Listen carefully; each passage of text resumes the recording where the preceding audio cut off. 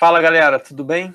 Meu nome é André Titonelli, eu sou tutor aqui do projeto Tutoria em Anatomia da Medicina Unirio e hoje a gente vai estar conversando aqui sobre crânio. Bom, primeiramente a gente tem que falar da cabeça. A cabeça é a parte superior do corpo que vai estar fixada ao tronco pelo pescoço. Ela vai alojar um encéfalo, ou seja, o centro da nossa consciência. Vai conter os receptores sensitivos especiais, os olhos, o nariz, as orelhas e a boca.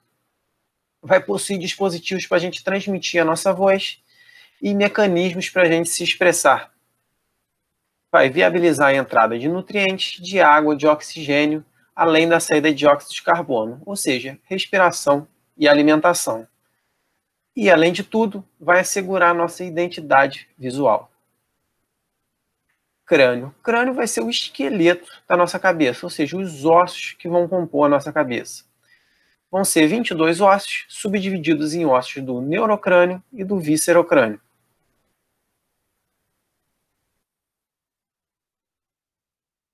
Aqui a gente vê a divisão que eu já citei, chamando a atenção para a questão do osso etimoide, que ele vai ser comum tanto ao neurocrânio quanto ao viscerocrânio. Neurocrânio. O neurocrânio vai ser a caixa óssea do nosso encéfalo e das meninges cranianas. Vai ser essa parte aqui superior. Em adultos vai ser constituído por 8 ossos. Por que em adultos? Porque a gente vai ver mais à frente que em recém-nascidos a gente vai ter mais ossos aí que vão se fundindo ao longo da nossa vida. E o neurocrânio pode ser subdividido em ossos da calvária e ossos da base ou assoalho.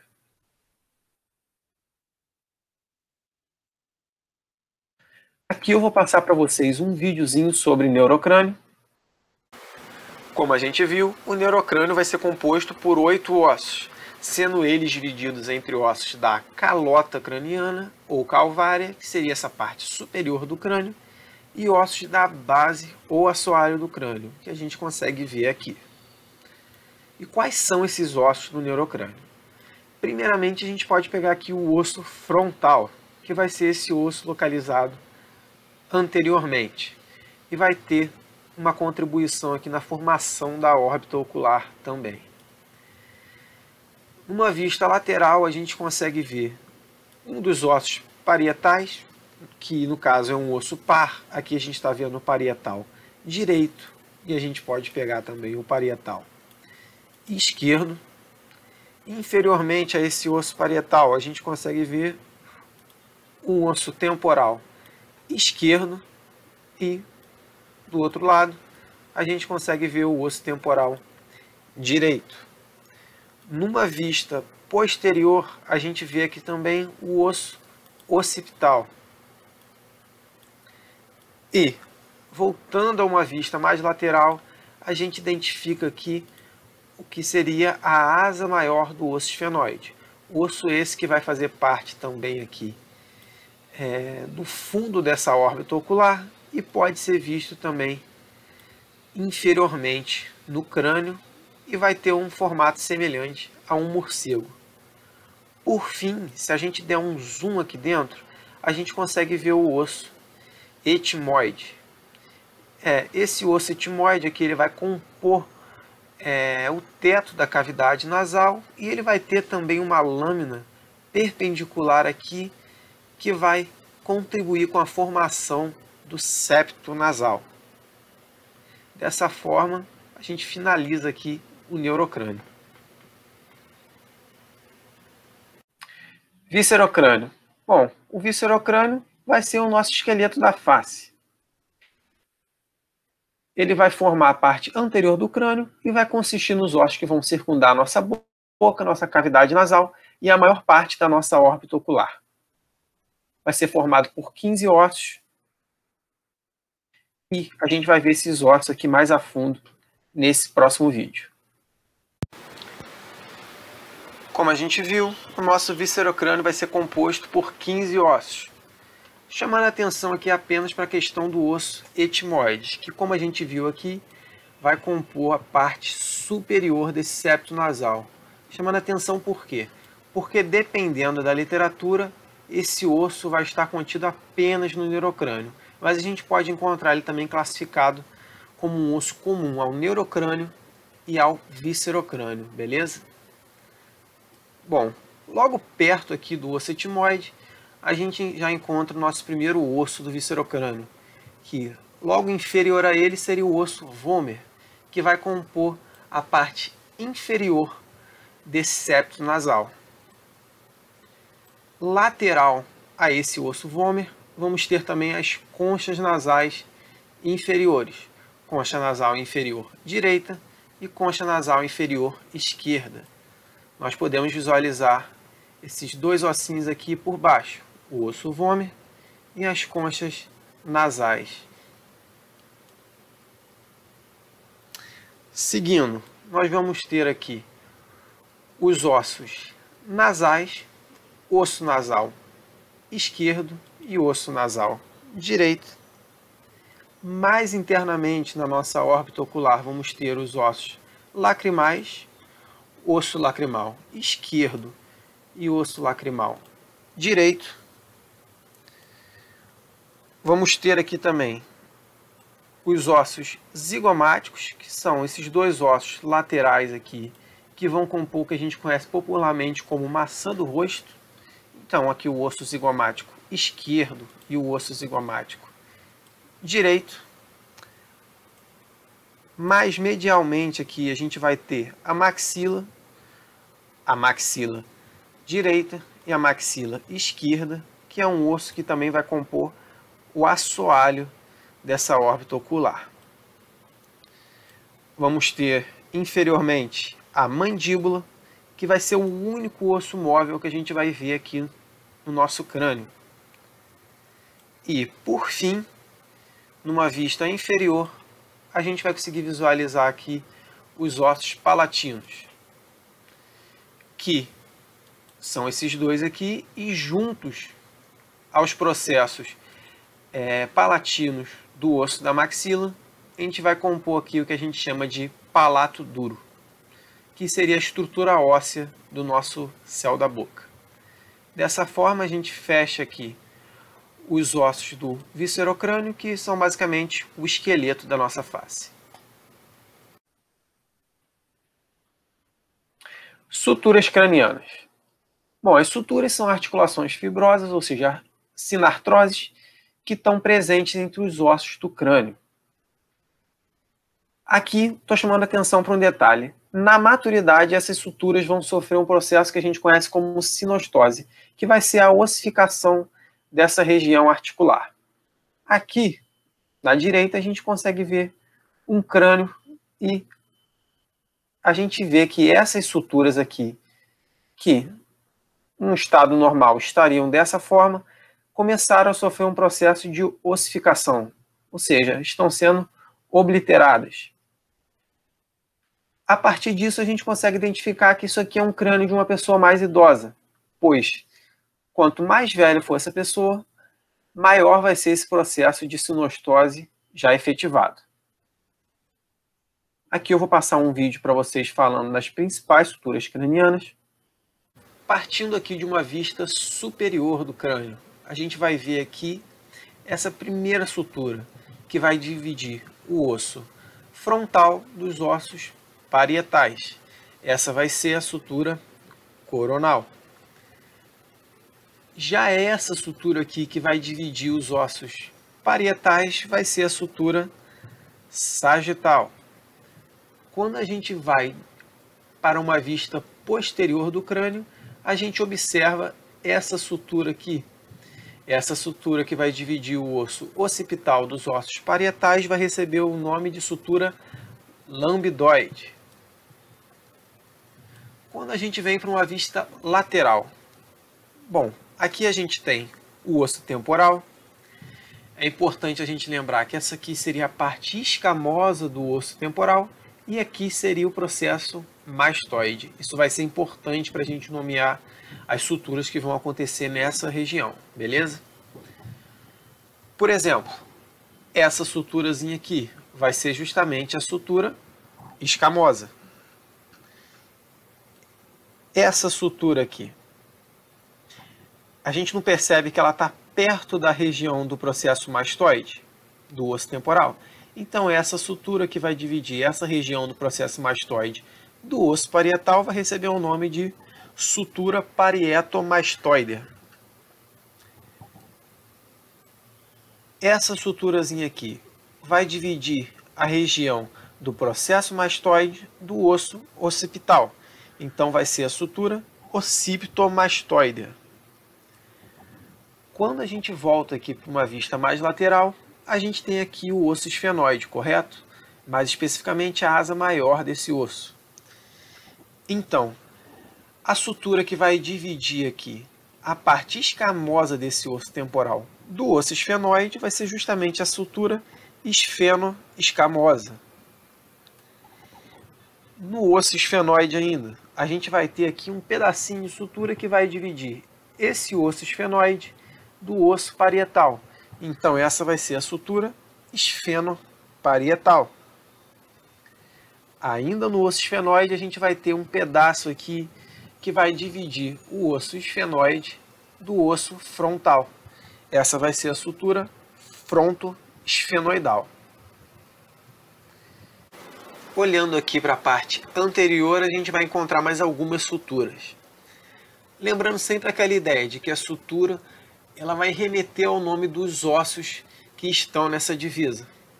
Por exemplo, se a gente pega aqui a divisa do osso frontal com o osso lacrimal, a gente vai ter uma sutura frontolacrimal. Se a gente pega a sutura que vai dividir aqui o osso frontal do osso maxilar, a gente vai ter uma sutura frontomaxilar.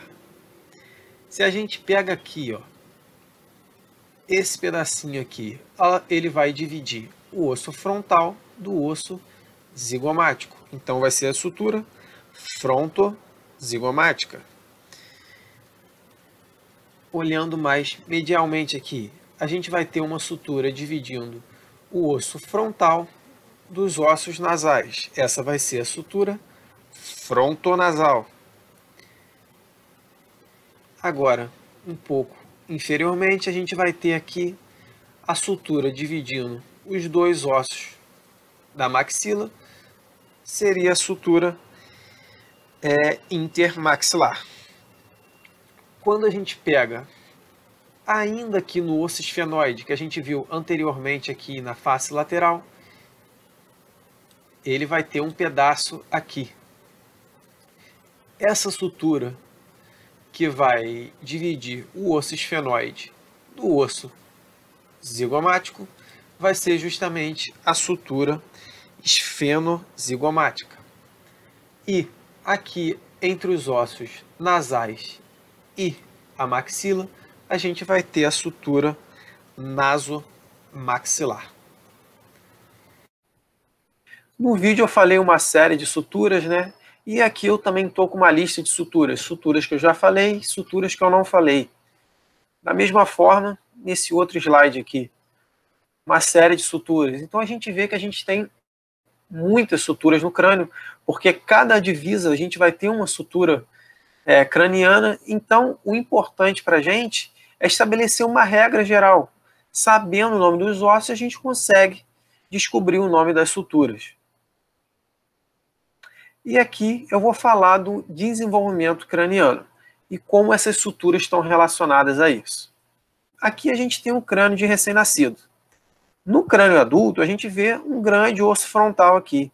Já no crânio do recém-nascido, esse osso frontal vai estar dividido aqui por uma sutura frontal. E a mesma coisa vai acontecer aqui embaixo, na chamada sínfise da mandíbula. Bom, então aqui, essa sutura frontal também vale a pena dizer que ela vai se fechar ao longo do tempo, assim como as demais partes que estão espaçadas aqui no crânio do recém-nascido, mas sobre essa sutura frontal, ela pode, em algumas pessoas, não se fechar totalmente. E essa parte remanescente dela, a gente vai dar o nome de sutura metópica. Bom, aqui o que é importante a gente falar nesse slide também são os fontículos. Os fontículos vão ser essas áreas mais espaçadas aqui, situadas principalmente nos ângulos dos ossos da calvária, e que são formados por um tecido fibroso aqui mais maleável que pode ser palpado. E esses fontículos eles vão ser importantes também em questões clínicas, em que a partir dele o médico consegue estabelecer uma relação com a hidratação da criança, com a pressão intracraniana também, e com o desenvolvimento desses ossos que rodeiam esses fontículos. E quais são esses fontículos, né? A gente tem aqui o fontículo anterior, a gente vai ter aqui também o fontículo anterior, de uma vista lateral. A gente vai ter o fontículo posterior aqui na região da sutura lambidoide. Vamos ter o fontículo anterolateral, pois está anterior e na lateral do crânio. E o fontículo posterolateral. E aqui eu destaquei a sínfise da mandíbula que eu falei para vocês. Bom, em relação a esses fontículos e essas suturas, a gente vai ter alguns acometimentos clínicos. Por exemplo, a escafocefalia. No que vai se dar a escafocefalia? Ela vai ser basicamente um fechamento precoce, no caso aqui da sutura sagital. Então, o fechamento prematuro dessa sutura sagital vai fazer com que o crânio ele cresça de maneira longa e estreita. Isso porque esses fontículos e esse espaçamento das suturas é justamente para permitir o crescimento do nosso encéfalo e o desenvolvimento ósseo como um todo. Então, na medida que essa sutura se fecha antes do momento adequado, a gente vai ter uma deformidade nesse crânio.